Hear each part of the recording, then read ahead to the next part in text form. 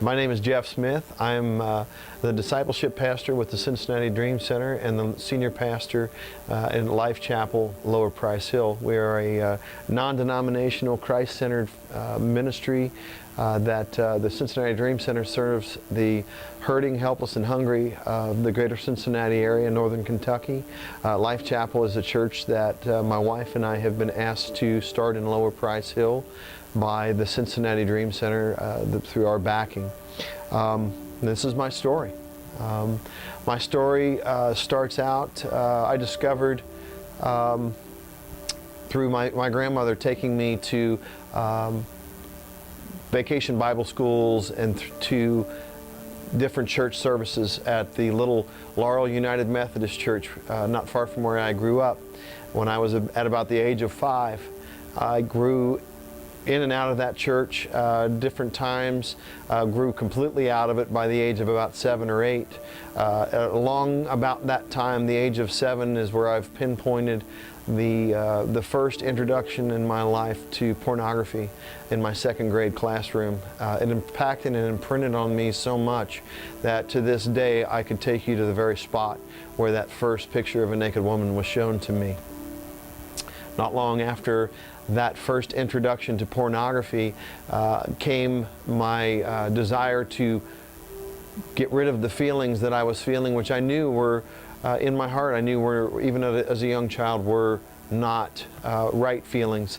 And I started getting rid of those feelings and squishing them down by packing as much food into my body as I could.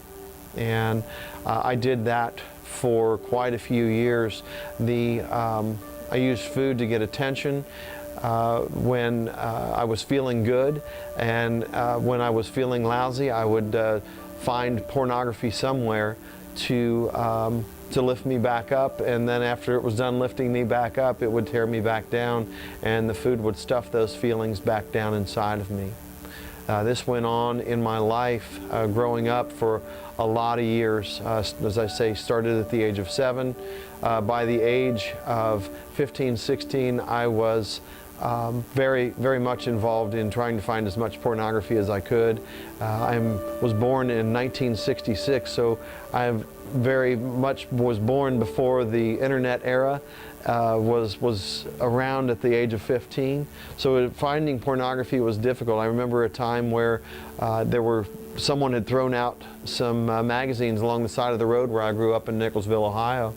And I remember right where those magazines were, and every chance I got to ride my bike down the road, I would be standing alongside the road looking at the pictures that were inside of these magazines. And I did that until such time that the rain came and made them so illegible and unreadable that there was nothing that I could do. So my life for a lot of years was spent in the quest for more pornography, more food. As I grew up, I made the choice, even against the upbringing of my parents, who did not raise me in church, but their upbringing was for me to wait to start any kind of a sexual relationship until I was married. I made the choice to not wait until I was married, and at the age of 17 I got involved with my first serious girlfriend, and we began a sexual relationship. And I think that event in my life is probably the most, if I could change one thing in my life, it would be that event, because it has impacted every relationship that I have ever had in my life from that moment forward, when it comes to not just sexual relationships, but also with women, but also relationships with males, because it then sent me on a path of jealousy of other men, and it also sent me on a path of desiring more of that intimacy from any woman who would give it to me. That relationship ended with a cheating situation, and again, the situation for us, we have one of two options, one of two choices. We could either be so impacted by that we would choose to walk completely away from it, or in my case, I chose to not care at all about anyone other than myself. and got into multiple relationships after that where I was not faithful to anyone because of my choices, that I just didn't think that it was important that when you give your heart and body to someone and they have absolute disregard for it. I then started to seek my affections and to have affection returned to me through anyone who would give it to me, anyone that I could manipulate it from. Lived a lot of years that way, from the ages of 17 when I actually lost my virginity until I was married at the first time at the age of 22. Even in that marriage relationship, my first wife, I had cheated on her at least twice that I can recall before we ever got married. Within 9-10 months of that first marriage starting, I had I had one physical affair and had multiple emotional affairs with different females that I knew. In that time, I also started using and abusing alcohol, marijuana, smoking cigarettes, and my anger in amongst all of these things, just anger was a byproduct of all of these addictions that I had fallen under, and all along the anger just started to grow. If I was without one of my drugs of choice, whether it be pornography and sex, or food, or alcohol, or pot, or the anger would then just really, it would magnify. Part of that anger goes back to some behaviors that I learned as a child. I've learned as an adult that there comes a point where the things that we see and the things that we learn as a child, it ceases to be our parents' responsibility and it becomes ours. I recognize and realize that as an adult, when I first moved out of that environment with my parents at the age of 22, that I had the choice. I had the choice to leave those things behind, or the choice to walk forward and live in them as I had seen. I made the choice to walk forward and live in them. So not only was I unfaithful and committed adultery multiple times in my first marriage, which somehow by the grace of God lasted 17 years, but I also was using especially cigarettes and alcohol. The pot was never, it was for a few years, it was something that I would turn to, but it never was something that I turned to for very long. It actually made me very paranoid, and I didn't like it very much. So I'm very grateful for that, because I know that that it is a gateway to many other things. So I'm very grateful that that it never was such a draw and a call to me that I moved forward in it. In that first marriage, as I said, in that first year, multiple affairs, multiple physical adulteries happened. That marriage lasted for 17 years. I recognize today that it lasted because I was able to manipulate and control someone who was I don't want to say she was a doormat, but she was definitely someone that I turned into my doormat because of my addictions, because of the things that I was allowing to control me. During this time, I did not have any sort of a relationship with God. Any teaching that I had received as that young child, going to vacation Bible school, going to Sunday school and church with my grandmother, as I said, up to about the age of 7, up to about the age where the pornography was introduced, it was all but gone. I had people witness to me during that time. I had people try to tell me, to teach me. There was a short period in my teenage years where I did try to go back to church, but I recognize today that that was not for, again, I was a porn and sex addict, and during that time, that was what that was about. I was not seeking God, I was seeking the affections of another female that yet again left me in a very empty relationship because of seeking my affection from another human instead of seeking the affection of God, which is what I truly now know that I needed, was to understand God's affection and His love for me. My first marriage ended not long after I had been diagnosed with multiple sclerosis. That was the event in my life in February of 2003 that God used to teach me who was really in charge of my life. It hit me, came out of the blue. I went blind in my right eye. In February of 2003, over the course of about a week, when I went to Anderson emergency room in February, the 1st of February of 2003, I could not see the big E on an eye chart. I was that blind in my right eye. Through that time, as I was sitting and just feeling completely helpless and hopeless, my sister was the one who came and brought me a Power for Living magazine that she had gotten from that very same church where I had gone as a boy, the Laurel United Methodist Church. And I started to read that, and it was at the end of that magazine there was a prayer. There was a sinner's prayer that would lead you to salvation in Jesus. And I said that prayer, and I can remember very vividly that day, that time. It was at about 7 p.m. I was by myself sitting in a chair, not much unlike this one, that I prayed and asked Jesus to come and to save me. And I remember it so vividly as I closed my eyes and prayed, because in my blind eye, not in my eye that I could see out of, I clearly, as I closed my eyes and prayed, saw what I perceived to be clouds and the face of Jesus. And it was, I've always felt that it was His way of showing me that He had me in the palm of His hands, and that He was there and that He was going to take care of me.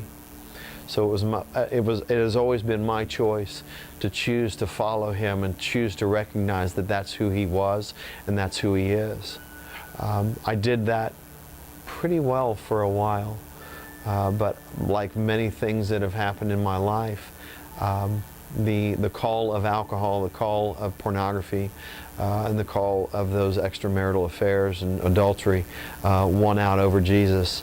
So I walked around for the next 6-7 years of my life, a born-again Christian who was living his life bearing no fruit.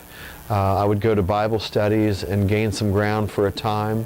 I would go to meetings with other men. There would be. I even at one point was seeking some recovery from the addiction to pornography through the. I can't say the name of the book. I can see it. Every Man's Battle. Sought recovery through that, got some recovery through that, but as I have learned going on through life, if I am not seeking recovery daily through turning my life over to Jesus and surrendering my will and my life to Him, and reminding myself daily that Jesus is in charge, those things never stick for me. My sins for many years had won out. So I moved forward in that time, as I say, about 6-7 months of really strong faith, really strong belief, and the physical adulteries in my life came to a close because of the book Every Man's Battle.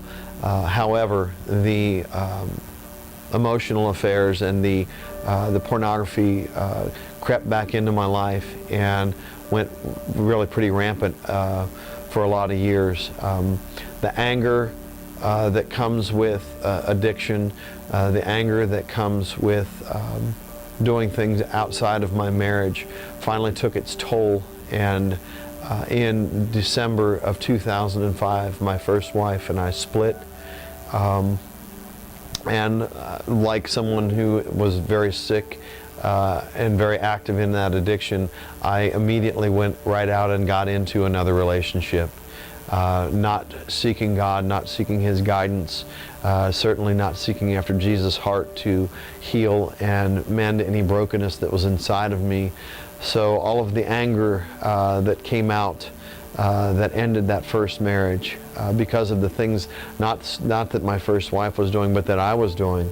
I've always shifted the blame for the things that I have done onto other people, and not knowing that I could find just absolute peace and hope in Jesus, though I was claiming to follow Him. I was continuing to abuse alcohol during those times from 2003 and until 2005. And for the next, probably the next 2 or 3 years after that, about 2008, I would still abuse alcohol and pornography. It was, as I moved forward in life, I did, my divorce was final from my first wife in January of March of 2006. I was married for the second time by September of 2006. As I said, I went from a bad relationship to what turned out to be an even worse relationship. And it was, that relationship had absolutely no hope because, and I didn't realize it at the time, but because sex was introduced very early in that relationship, I was not living obviously in a very godly, Christ-like manner. And sex was introduced very early in that relationship, within the first couple of weeks, and I've since learned any emotional growth ceases when that happens. And so my addiction to pornography and sex again reared its ugly head, and I started down that dark path again. The anger finally is the very thing, as I slowly removed some of the addictions from my life and started getting into recovery for them. I found the 12-step group Overeaters Anonymous, and that group helped to bring about some drastic changes in my life with regards to the things that I was physically doing with food, what place that food was having in my life.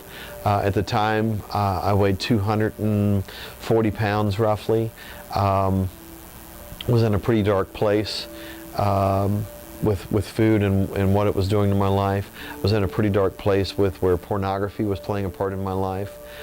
Cigarettes was playing a part in my life.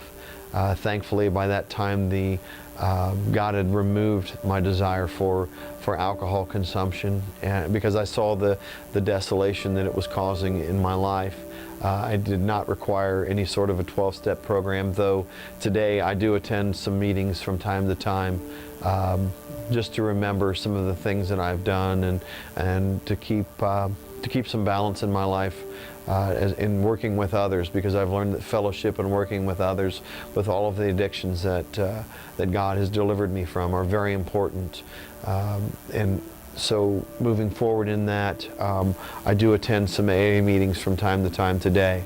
The Overeaters Anonymous program definitely saved my life from the adult onset diabetes that is prevalent in my household. I grew up in a home that food was used to control emotions. I've learned that today, that's what was happening, that I was using food in an unhealthy way. I always thought that I had a weight problem, but it turns out that I had a food problem. And God helped me through a lot of growth and change. But as that drug was taken away from me, as the alcohol was taken away from me, other things in my life increased. The amount of nicotine that I was consuming through smoking increased. The amount of pornography that I was taking in masturbation and just different things in my life that were going on, those all increased. My second marriage, within 2 years, was at a breaking point because of those behaviors, because of how that relationship was started with sex and not the emotional growth, not the spiritual growth that was needed as a couple. And I'm very, my sorrow over the decisions that I made as I've been on my knees and asked God for His forgiveness, and I believe in my heart that He has. Those things never changed. In that second marriage that lasted from 2006 until 2010, there was never a physical affair that happened. There were multiple emotional affairs that happened with pornography, where I was viewing pornography on the internet, and then the ensuing things that happened with that, with masturbation and fantasizing that accompanied that. So as I say, as the food and the pornography, the food was arrested, and the alcohol were arrested, the pornography and the cigarettes increased, as did my anger. I had fewer outlets for the addictions, and because of that, the emotions that I still had not completely addressed, that I had still not turned over to Jesus, they just continued to. I allowed them to get in the way of my relationships, not only with my second wife, but also with her two children, and there was a lot of harm that was done on my part for in those relationships because of my anger, because of the controlling and jealous behaviors that I exhibited from not having been grounded by my faith.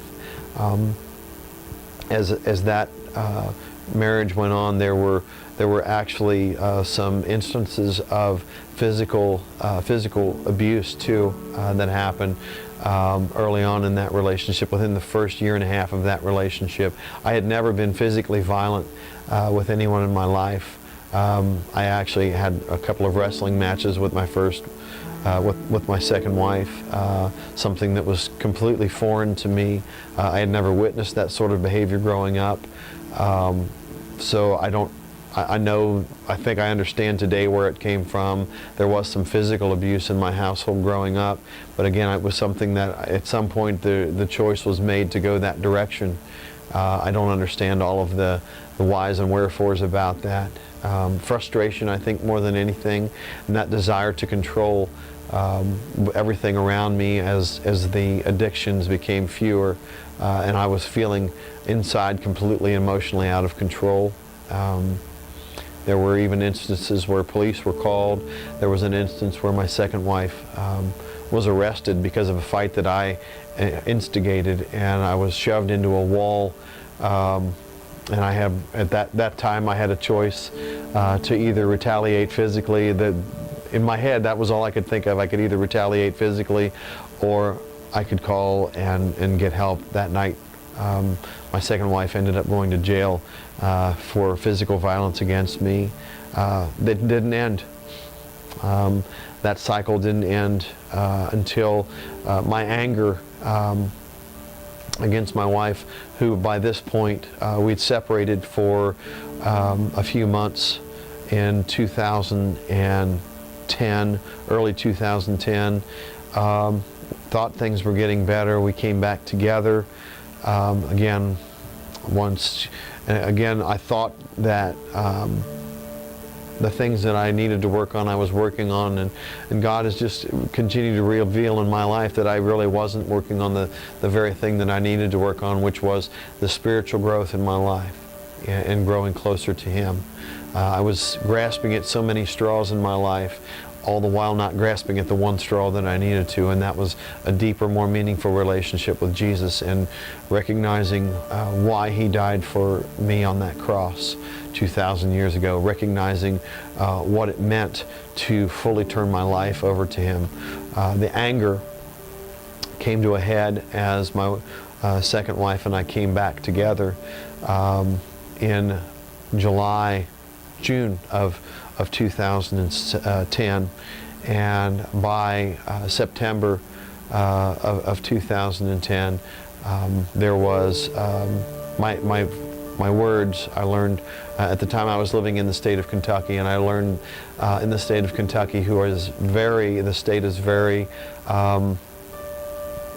the penalties are large and severe, even to the point of your words can put you in jail, not just a physical altercation. But I learned very quickly as I was facing going before a judge in September of 2010, not because of anything physical that had happened, but because of my words and threats that I was making. As I knew in my heart my wife was reaching out to someone else, I was making physical threats against her, that she would be put out of our home, that I wasn't going to tolerate it. Those were not looked upon kindly by the court, and I was removed from my home by the courts for 3 years with a domestic violence order that was brought against me by Campbell County.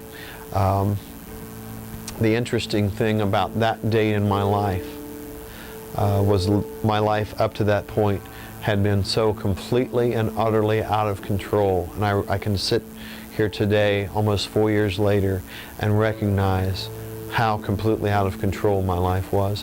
In the midst of all of these difficulties that my second wife and I had gone through, I had started doing some homeless outreach ministry with her.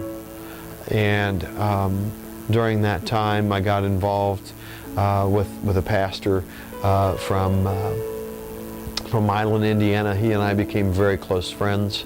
And it was through him and his family that that interaction with his family that I started to see and realize what I was lacking in my life, and it was a determined and a very intimate relationship with Jesus Christ, and through his family and through spending time in fellowship with them, even though on September 22nd of 2010 I found out all of the events that had been taking place, unbeknownst to me, and the direction that my second wife was taking, the direction she was going with another man. It was that day in my life that changed. Ironically, it's my sister's birthday.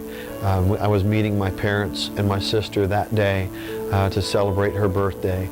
And I arrived early, and I took a very long walk that I like to just call my surrender walk with God. And though I had turned my life over to Jesus in February of 2003, I walked around in a very backslid condition for a bunch of years. And it was that day, September 22nd of 2010, that as I walked through Friendship Park down on the river, that I, through tears and hands held high to God, that I turned everything over to Him, and I finally made that act of surrender to God and to Jesus, everything that I had. I turned over the entire situation, as it was that next day that I was facing court, that I was facing potential big penalties for the actions that had brought me before a judge, the actions that the police in Cold Spring, Kentucky, who knew both of us quite well. They had been called multiple times for domestic violence issues. Not any of it had been physical, but once or twice. But most of it just the yelling, hollering, and screaming that my anger had brought me to.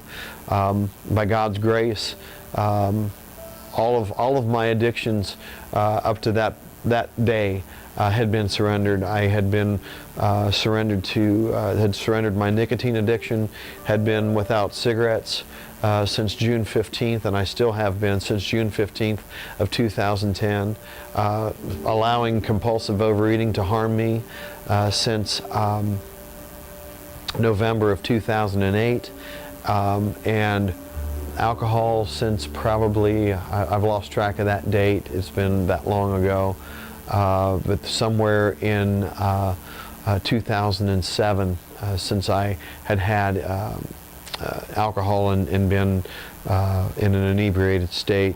But that day September 22nd of 2010 was the day that I surrendered the last of my addictions, and that was my addiction to the anger that used to leave a huge knot inside of the pit of my stomach that I lived for and I thrived on. And God removed that completely from my life that day as I walked and surrendered that last bit of who I was and surrendered my life completely to Jesus Christ. In that last vain and attempt to have any control over my life. And it has been during that time that God has worked some amazing things in my life. My testimony truly starts here in that time, that while there were some awful things that led me up to that complete surrender of my life to Jesus, and that full surrender finally, after 7 years of walking around in a horrible condition, a saved sinner who was actively participating in some pretty blatant sin. It makes me think of in the book of Romans, where Paul talks about us going on sinning after, so that grace may abound more, and his words being heavens no, depending on the translation, heavens no, certainly not.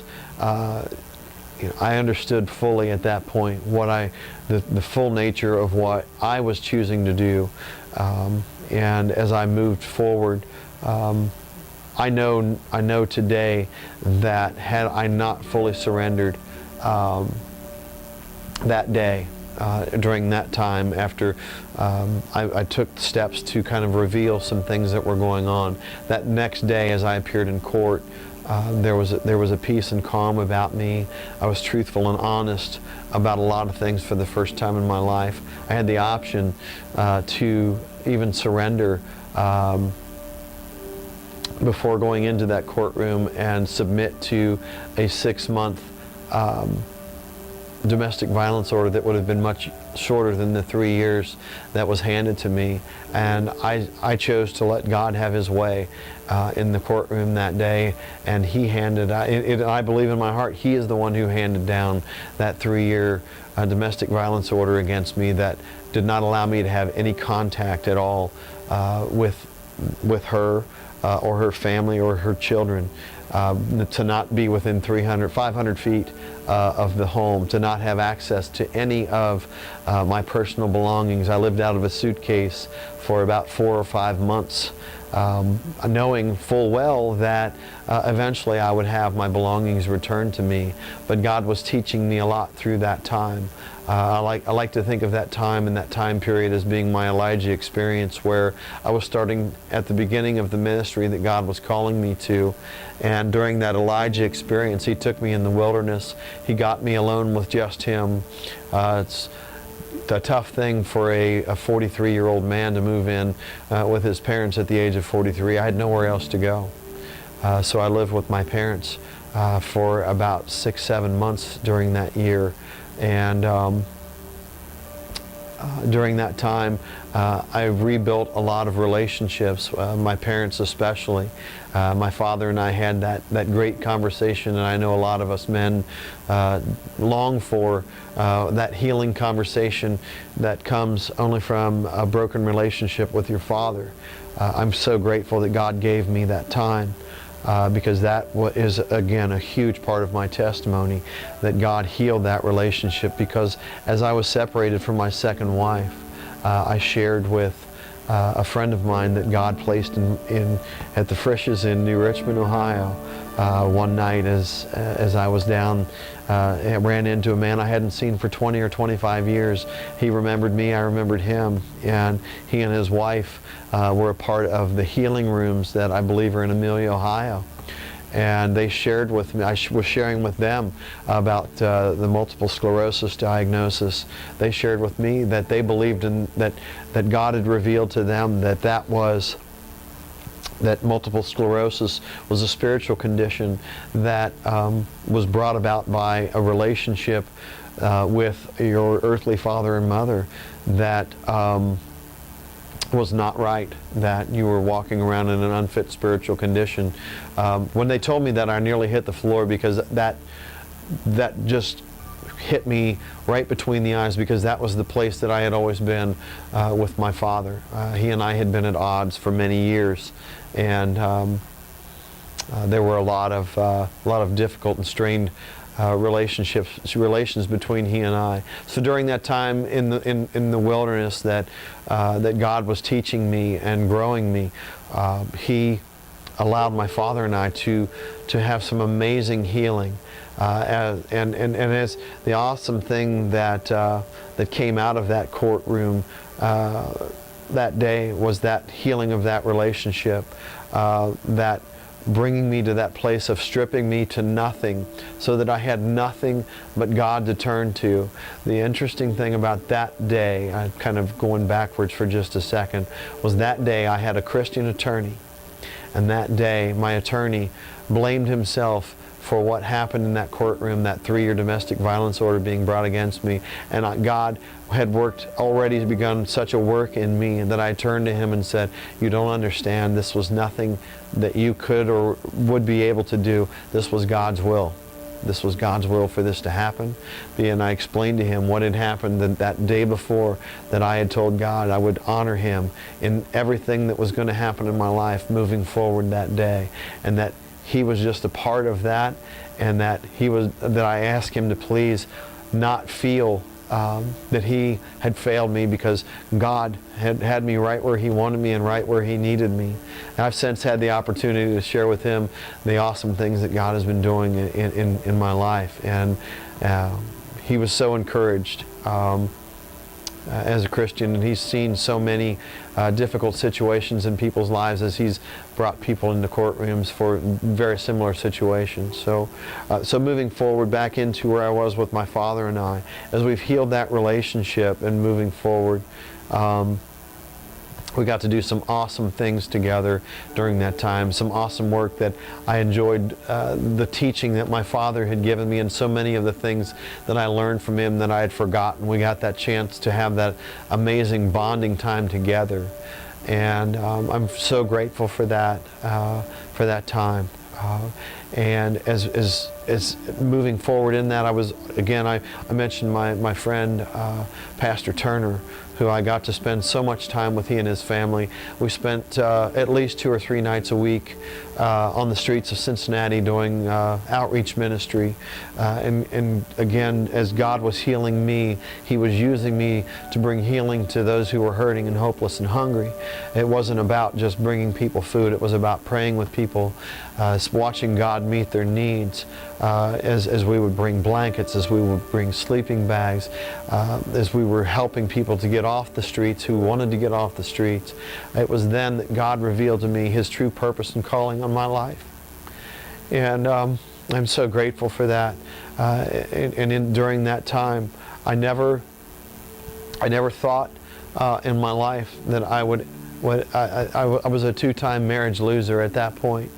And I absolutely had no desire, had no hope of getting into any kind of a relationship with a woman.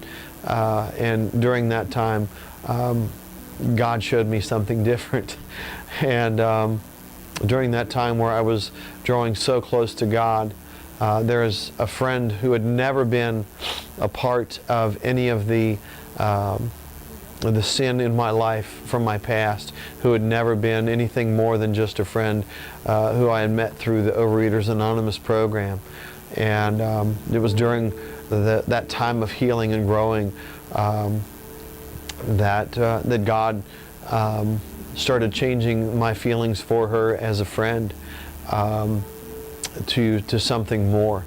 And the awesome thing is that the changes that God had made in me were not just to be kept for myself. And I see today that those changes were made so that my wife Marianne could come and be a part of my life. And she certainly is an amazing part of the ministry that God has called us to. In the midst of all of these things going on, as all of these relationships are healing, as we're going out and doing ministry, and as God is doing some amazing things. It was at a church service at Heritage Fellowship in Florence, Kentucky one night, October 22nd of 2010, ironically 1 month to the day where God had, I had completely 100% surrendered my life to God and was living solely for Him, that God, through another minister who was visiting that church, shared some awesome testimony about how we could not have a 100% right relationship with God if we were walking around as prodigals by not having a right relationship with our earthly father and mother.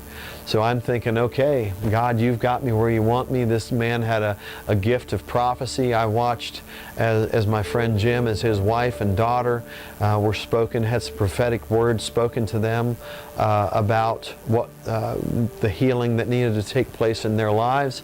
I believe in the moving and the gifts of the Holy Spirit. I have seen people so completely overcome by the Holy Spirit that they fall down like a sack of potatoes. Like as I thought the unrealness of that, as I would watch some of the evangelists on TV, then God showed that it's true and it's real, as it happened to me on a few different occasions, that I was so overcome by the Holy Spirit that I was brought to the ground. And that night, as I stood and caught people who were receiving a word of knowledge from this man and were so completely overcome by the Holy Spirit, I came to the end of that line and awaited this man to speak prophecy over me as I had stood and served other people. I got in the end of that line. He walked up to me. He looked me straight in the eyes. And I'm waiting to receive my word. He turned to the man next to him who was traveling with him, put his hands in mine and said, "You pray with me," and he walked on by. He had nothing for me. And I never understood that. As I stood there and I was praying and I was crying out to God, and I'm just saying, God, I know things aren't right. I know there are things that are so broken between my father and mother and I.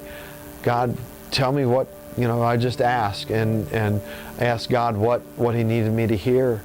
And as we finished praying and as I walked away, for the first time in my life, I truly heard the audible voice of God say to me, "It's fixed."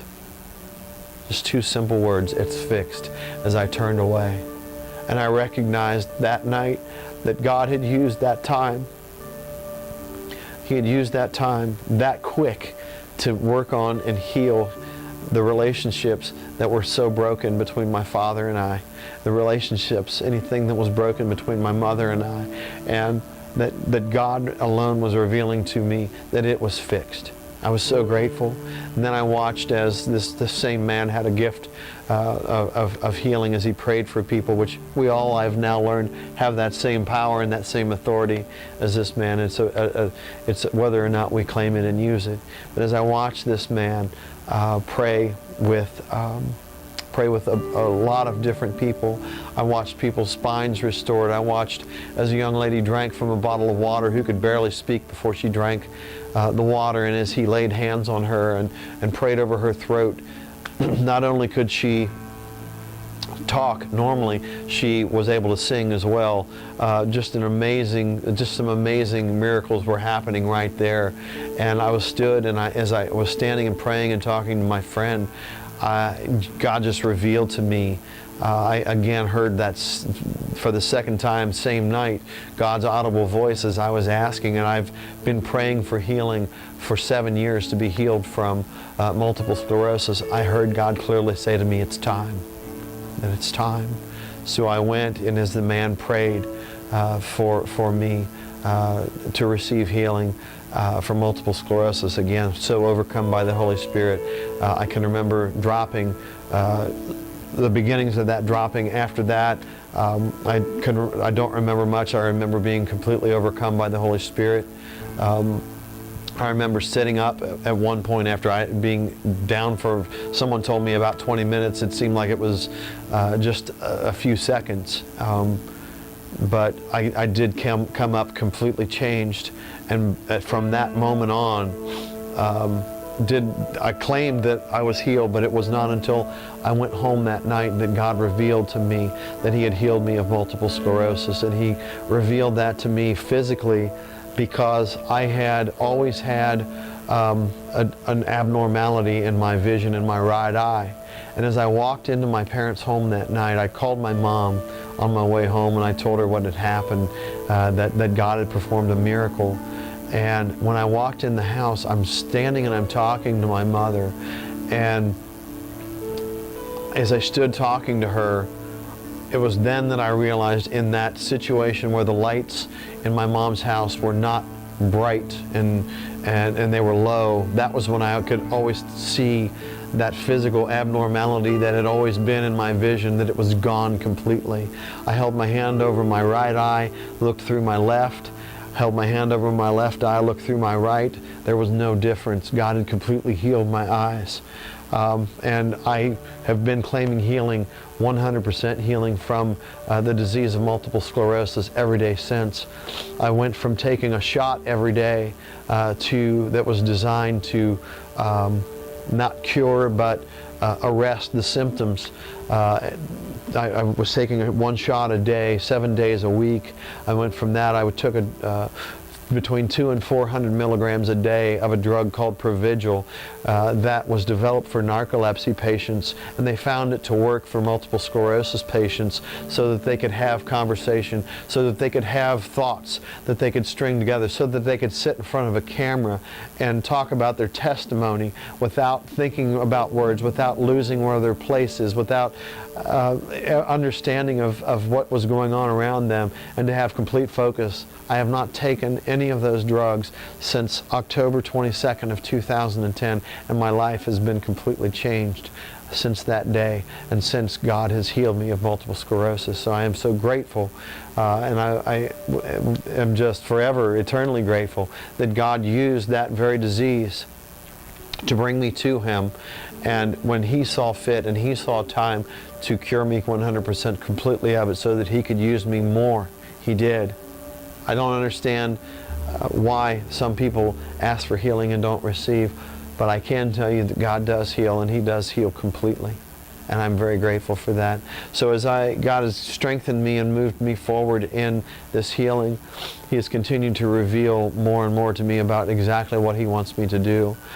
It was not long after that time that I had gotten involved in the outreach ministries and got more involved as an officer in a couple of different ministries, that God started revealing to me not just my heart to do that part-time, but God opened some huge doors over the last 4 years.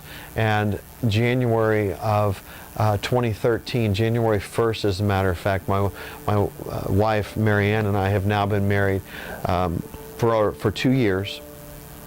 February the 25th, we celebrated 2 years of marriage. And I'm very grateful for that relationship. I'm very grateful to understand today what it means to be a godly husband, the way Paul talks about in Ephesians 5, when he talks about how we are to love our wives as Christ loved the church, and to give ourselves up as a sacrifice to her. God has revealed that to me, and I'm very grateful, and so is Marianne. So that's been a beautiful thing that God has done also in my life, has given me the ability to have the relationship that He always had in mind for me, that I'm the one who always stood in the way of. And He has done so much. The physical healing from MS is the tip of the iceberg of things that God has done for me and for my wife.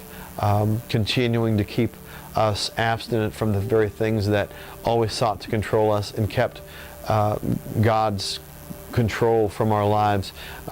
For me, for the food and the pornography and the sex and the nicotine and the anger and just all of the things that separated me from God, has just been incredible. In the last 4 years of my life, God has done such a complete change in my life. I can only recall one instance in that time where I have even come close to losing my temper, and There are many people who I've talked to about the situation, and even though I feel justified in the anger that I was feeling, it still brings me to a place where I don't ever want to be out of God's character, because it makes me feel very sick inside. As opposed to how I used to feel so powerful when I was so filled with anger and rage. God has brought me to a place where I feel so completely weak and helpless when I feel that way. And I'm so grateful for that change, because that's what I become, is weak and helpless when I succumb to that ungodly anger and rage that harms and destroys people. So in the midst of all of this healing that God has given, He's been revealing to me, that started January 1st of 2013, that as my friend Jim got in contact with me. We were coming home from watching the movie Father, I think it was Father of Lights. They showed at the Vineyard Church Northwest, where my wife and I attend, and we just saw some amazing things that God had done. We've already seen some amazing things in our lives, but as we watched God work some amazing healing in people's lives in that movie, we recognized and realized what God was doing in our lives. On my way home from church that night with my wife, I received a call from my friend Jim. Pastor Jim called me and he said, "Hey, God has called us to at the Cincinnati Dream Center to start reaching out to the homeless community daily." He said, he told me, he shared with me, he was starting to teach the Bible, and that he wanted me to come and be a part of it. So January 1st of 2013, God called me to it, and during that time, after that first time of going, I was absolutely hooked. As I had gone back to work, I started going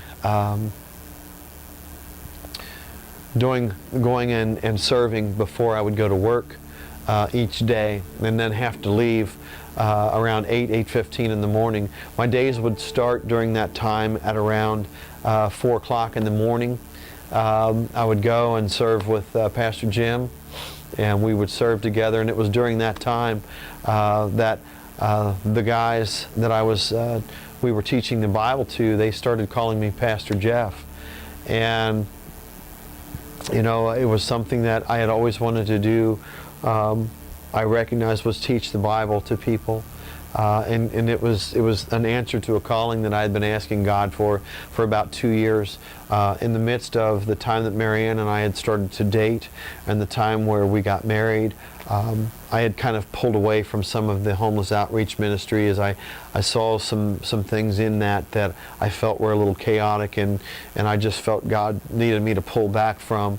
I felt that we were hindering folks' growth in some ways and not helping, so I kind of just pulled away from that. But this opportunity opened up, and needless to say, I dove in 100%, and I actually started serving in that ministry 7 days a week, and I just felt every day that I would have to go to work, because I had gone back to work.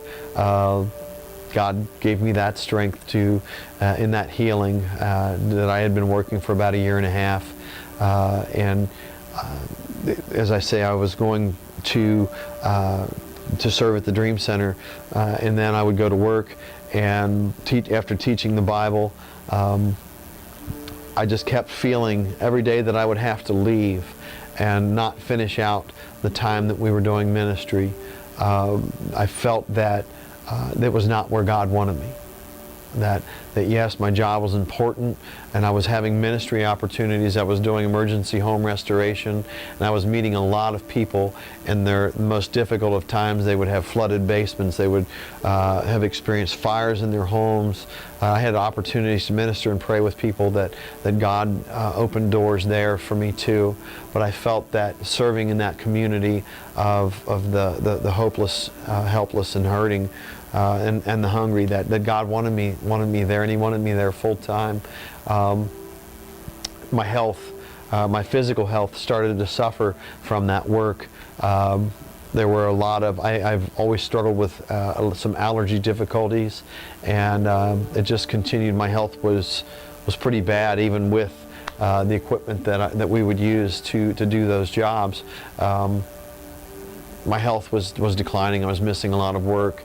I'm sure it had nothing to do with the fact that my days would start at 4 o'clock in the morning and sometimes wouldn't end till 8 or 10 o'clock at night that night, and then go to bed and get up and do the whole thing over again. But it was April 1st of 2013 that I felt God released me to go into ministry full time.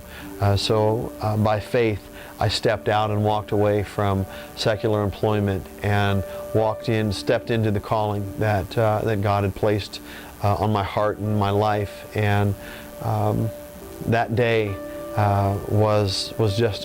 has just been incredible since.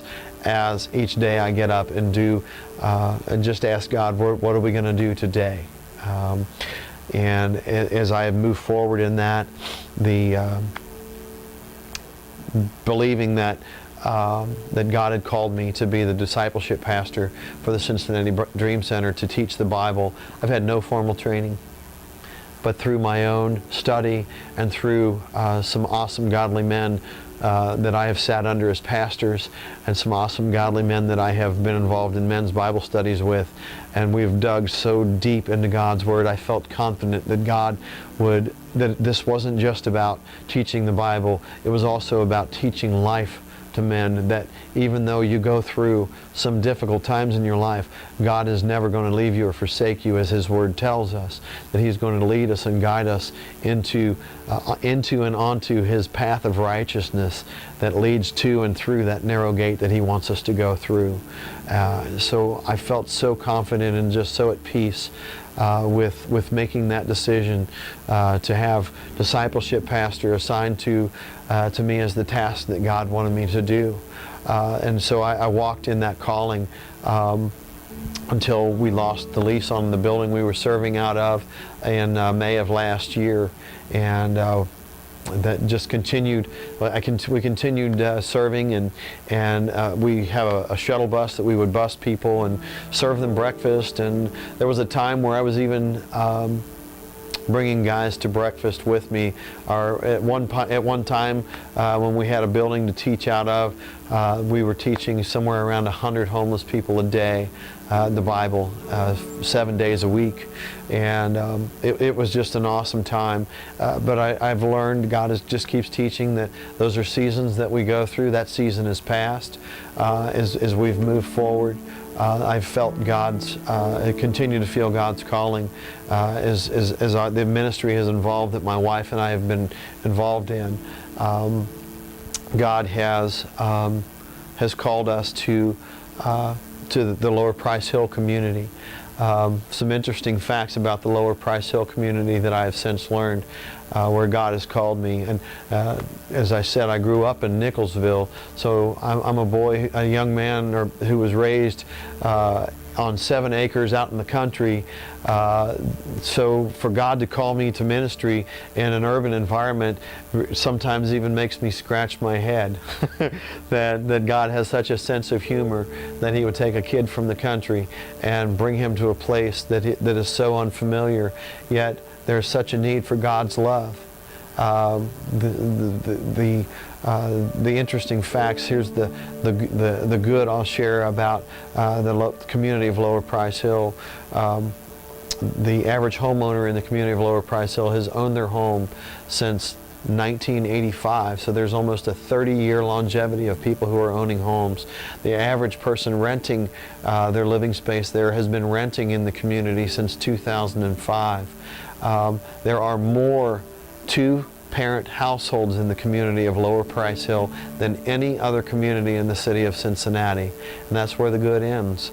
The bads are simply this: out of that entire community, there are only about 35% of its residents who hold a GED or diploma.